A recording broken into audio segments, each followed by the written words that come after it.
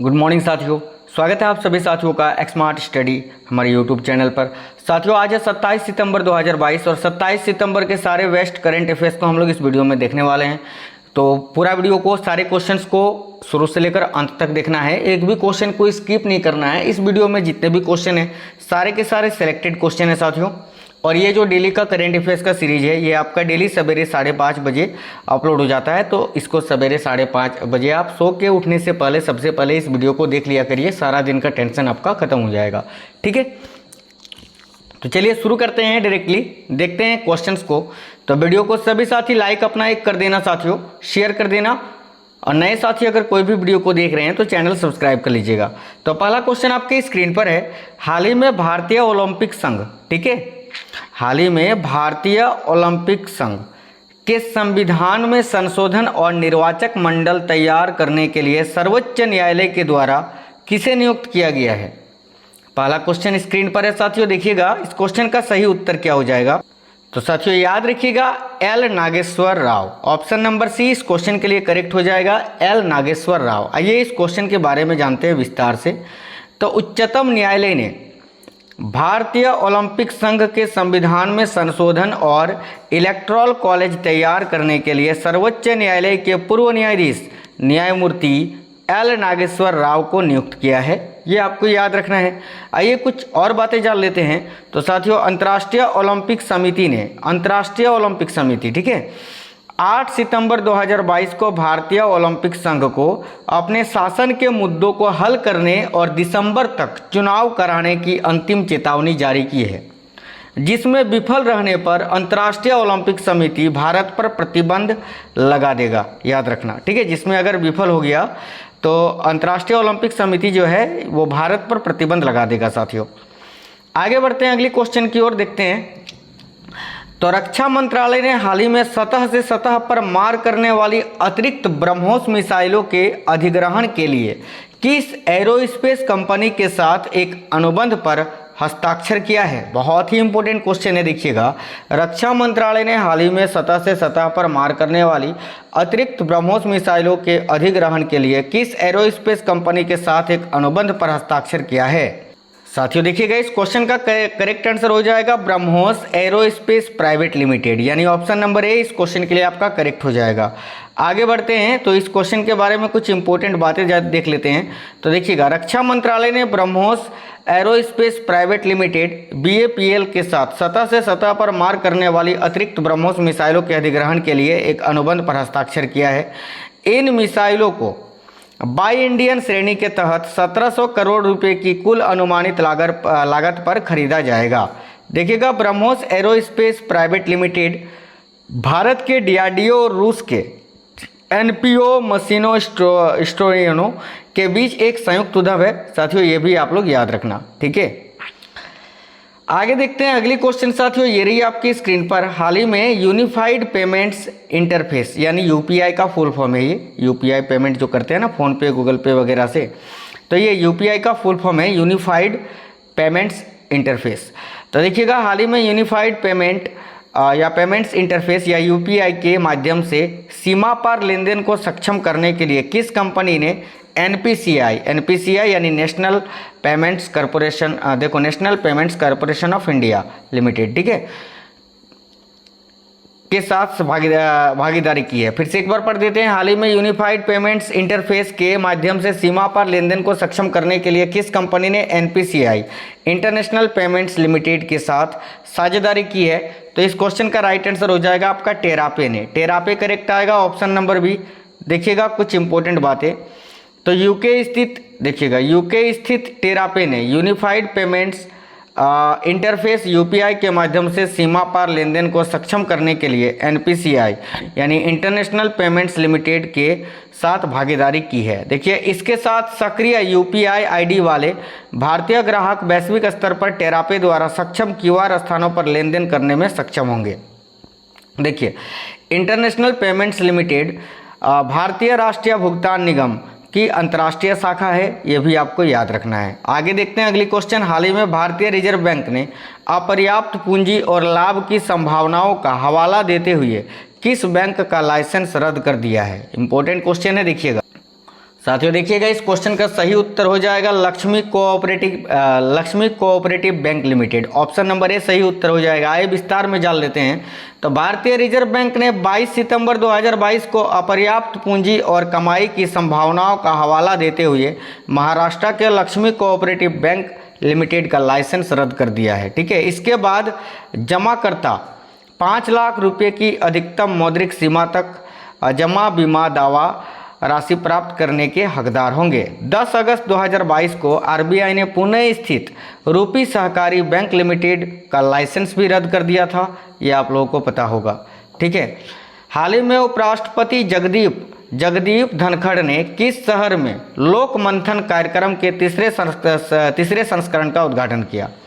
हाल ही में उपराष्ट्रपति जगदीप धनखड़ ने किस शहर में लोक मंथन कार्यक्रम के तीसरे संस्करण का उद्घाटन किया? तो साथियों देखिएगा, इस क्वेश्चन का सही उत्तर हो जाएगा गुवाहाटी में। गुवाहाटी राइट आंसर आएगा। Option number D Guwahati correct है। साथियों देखिएगा, गुवाहाटी में उपराष्ट्रपति जगदीप धनखड़ ने लोक मंथन कार्यक्रम के तीसरे संस्करण का उद्घाटन किया। 3 दिवसीय आयोजन में चर्चा, सेमिनार, सांस्कृतिक कार्यक्रम और प्रदर्शनियां होंगी जो हमारे देश की समृद्ध विविधता को प्रदर्शित करेंगी। याद रखना 2022 का विषय क्या है साथियों, तो याद रखिएगा लोक परंपरा। ठीक है, अच्छा, केरल के राज्यपाल कौन है अभी? तो आरिफ मोहम्मद खान 24 सितंबर को समापन सत्र में मुख्य अतिथि थे, ये भी याद रखना। आगे देखिएगा, हाल ही में किस कंपनी को केंद्र सरकार द्वारा महारत्न कंपनी का दर्जा दिया गया है? तो ये मैंने आपको पहले भी बताया था कि साथियों पहले 11 महारत्न कंपनियां थी और अब 12वां हो गया है REC लिमिटेड। याद रखिएगा। ठीक है, तो ऑप्शन नंबर ए इस क्वेश्चन का करेक्ट आंसर हो जाएगा। आइए इस क्वेश्चन के बारे में विस्तार से जानते हैं। तो रेक लिमिटेड को एक महारत्न केंद्रीय सार्वजनिक क्षेत्र के उद्यम का दर्जा दिया गया है। इस प्रकार इसे अधिक परिचालन और वित्तीय स्वायत्तता प्रदान की गई है। देखिएगा, 1969 में स्थापित हुई थी साथियों। रेक एक गैर बैंकिंग वित्त कंपनी है जो पूरे भारत में बिजली क्षेत्र के वित्त पोषण और विकास पर ध्यान केंद्रित कर रही है। देखिएगा, यह विद्युत मंत्रालय के अधीन आता है साथियों। ठीक है, विद्युत मंत्रालय के अधीन ये कार्यरत है। देखो, इससे पहले ग्रामीण विद्युतीकरण निगम के नाम से इसको जाना जाता था। आप लोगों को पता होगा, ग्रामीण विद्युतीकरण निगम के नाम से इसी को जाना जाता था, REC लिमिटेड को। याद रखिएगा। ठीक है, REC लिमिटेड के अध्यक्ष एवं प्रबंध निर्देशक यानी MD, ठीक है, अभी कौन है साथियों? तो याद रखिएगा, विवेक देवांगन जी जो हैं अभी रेक लिमिटेड के अध्यक्ष एवं प्रबंध निर्देशक हैं। आगे देखते हैं, हाल ही में ब्रेल में असमिया डिक्शनरी हेमकोश की प्रति किसको दी गई? बहुत ही अच्छा क्वेश्चन है साथियों। हाल ही में ब्रेल में असमिया डिक्शनरी हेमकोश की प्रति किसको दी गई है? तो साथियों देखिएगा, सही उत्तर हो जाएगा प्रधानमंत्री नरेंद्र मोदी जी को। ऑप्शन नंबर ए करेक्ट हो जाएगा। आइए जान लेते हैं विस्तार में। नई दिल्ली में जयंत बरुआ ने प्रधानमंत्री नरेंद्र मोदी को ब्रेल में असमिया शब्दकोश हेमकोश की एक प्रति दी है। देखिए, जयंत बरुआ और उनके सहसहयोगियों को उनके प्रयासों के लिए नरेंद्र मोदी से प्रशंसा मिली। असमिया शब्दकोश हेमकोश 19वीं शताब्दी में प्रकाशित पहले असमिया शब्दकोशों में से एक था। इस अवसर पर बंदरगाह, जहाजरानी और जलमार्ग मंत्री सर्बानंद सोनोवाल सहित अन्य अधिकारी उपस्थित थे, ये भी आपको याद रखना है। हाल ही में किस कंपनी ने, देखिएगा साथियों, हाल ही में किस कंपनी ने उभरते प्रौद्योगिकी डोमेन में उद्योग प्रासंगिक कौशल के साथ युवाओं को सशक्त बनाने के लिए electronic sector skill counselling of India के साथ एक समझौते ज्ञापन पर हस्ताक्षर किया है? इस क्वेश्चन का सही उत्तर हो जाएगा साथियों ऑप्शन नंबर डी सैमसंग। याद रखना। ये विस्तार में जान लेते हैं। देखिएगा, electronic sector skill counselling of India ने सैमसंग इंडिया के साथ एक समझौता ज्ञापन पर हस्ताक्षर किया है ताकि युवाओं को उनकी रोजगार क्षमता बढ़ाने के लिए उभरते प्रौद्योगिकी डोमेन में उद्योग संबंधित कौशल के साथ सशक्त बनाया जा सके। याद रखेंगे, यह सरकार की स्किल इंडिया पहल का हिस्सा होगा। इसका उद्देश्य AI कोडिंग और प्रोग्रामिंग जैसी भविष्य की तकनीकों में 18 से 25 वर्ष की आयु के 3000 से अधिक बेरोजगार युवाओं को प्रशिक्षित करना है। यह भी याद रखेंगे। ठीक है, आगे देखते हैं। भारतीय रिजर्व बैंक के गवर्नर शशिकांत दास ने किस शहर में आयोजित ग्लोबल फिनटेक फेस्ट 2022 में 3 प्रमुख डिजिटल भुगतान पहलों की शुरुआत की? देखिएगा, तो इस क्वेश्चन का सही उत्तर हो जाएगा Mumbai. Option number D correct है, मुंबई करेक्ट है, याद रखना। देखिएगा आरबीआई गवर्नर शशिकांत दास ने मुंबई में आयोजित ठीक है ग्लोबल फिनटेक फेस्ट 2020 में 3 प्रमुख डिजिटल भुगतान पहलों की शुरुआत की है, याद रखना। ये पहल यूनिफाइड पेमेंट्स इंटरफेस पर रुपए क्रेडिट कार्ड, यूपीआई लाइट और Bharat bill pay cross border bill payment से, याद रखना। आरबीआई ने जून की मौद्रिक नीति में रुपए क्रेडिट कार्ड को यूपीआई से जोड़ने की घोषणा की थी, यह भी आपको याद रखना है। देखिएगा हाल ही में अंतर्राष्ट्रीय क्रिकेट परिषद यानी आईसीसी ने क्रिकेट के नियमों में कई बदलावों की घोषणा की है, यह किस तारीख से प्रभावी होंगे? काफ़ी अच्छा क्वेश्चन है साथियों। आईसीसी ने क्रिकेट के नए नियमों में कई बदलावों की घोषणा की है, ये किस तारीख से? तो 1 अक्टूबर 2022 से ये जो है लागू हो जाएगा साथियों।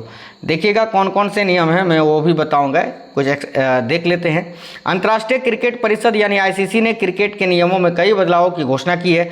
खेल के नियमों में मुख्य बदलाव 1 अक्टूबर 2022 से प्रभावी होंगे। नए नियमों के अनुसार मांकड़ को अनुचित खेल नहीं माना जाएगा। इस वैध रन आउट इसे जो है वैध रन आउट माना जाएगा। नए नियम के मुताबिक आने वाले नए बल्लेबाज को पिच पर पहुंचने के 2 मिनट के भीतर गेंद का सामना करने के लिए तैयार होना होगा, ठीक है।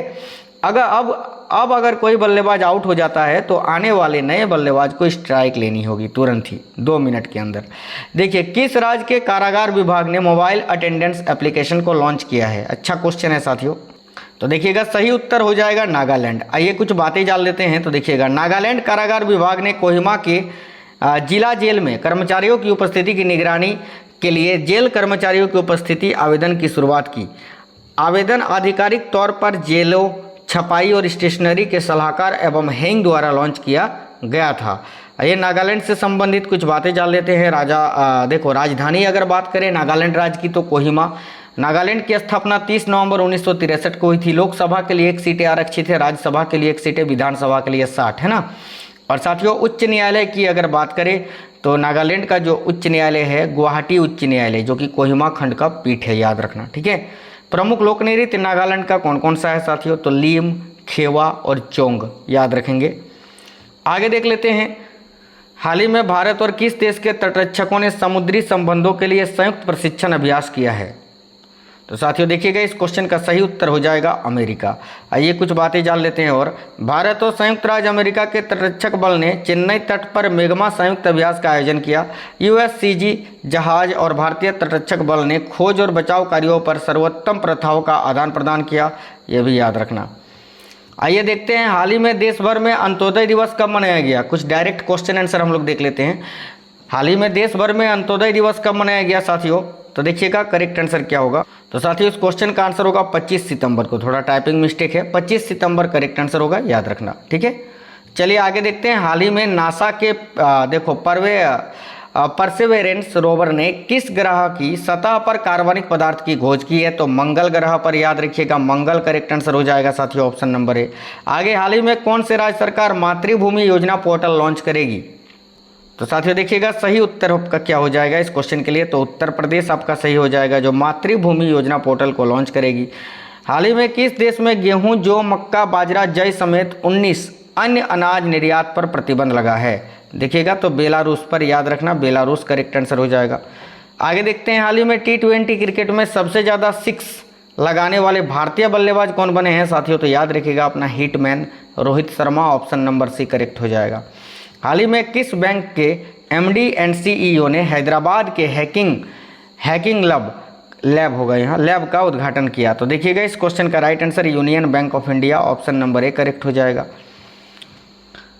हाल ही में 36वें राष्ट्रीय खेलों के फाइनल मुकाबले में किस राज्य की पुरुष टेबल टेनिस टीम ने स्वर्ण पदक जीता? साथियों देखिएगा इस क्वेश्चन का करेक्ट हो जाएगा गुजरात, है ना। आगे देखिए हाल ही में कौन सी क्रिकेट टीम एक साल में वनडे, T20 और टेस्ट में 10 विकेट से हारने वाली पहली टीम बन गई है? तो साथियों इस क्वेश्चन का सही उत्तर हो जाएगा England, option number A correct हो जाएगा साथियों। तो साथियों आज के क्वेश्चन इतने ही थे। आपको वीडियो कैसा लगा है आप हमें नीचे कमेंट बॉक्स में कमेंट कर जरूर बता दीजिए। वीडियो को सभी साथी लाइक कर दीजिए, शेयर कर दीजिएगा, चैनल सब्सक्राइब करके बेल आइकन को ऑन कर लीजिएगा। देखो इस क्लास का फ्री PDF अगर आप लोगों को चाहिए साथियों, PDF बिल्कुल फ्री में आपको मिल जाएगा, बस टेलीग्राम चैनल को ज्वाइन कर लीजिए। वीडियो के डिस्क्रिप्शन में लिंक मिल जाएगा आपको, उस लिंक को क्लिक करके डायरेक्ट आप लोग टेलीग्राम चैनल पे जुड़ जाना। वहाँ आपको बिल्कुल फ्री में PDF प्रोवाइड करा दिया जाएगा, ठीक है। PDF आपको वहाँ पर मिल जाएगा, इस क्लास का पूरा PDF। तो साथियों मिलते हैं अगली क्लास में, तब तक स्वस्थ रहें। जय हिंद सभी साथियों को, वंदे मातरम साथियों, take care, love you to all, जय हिंद।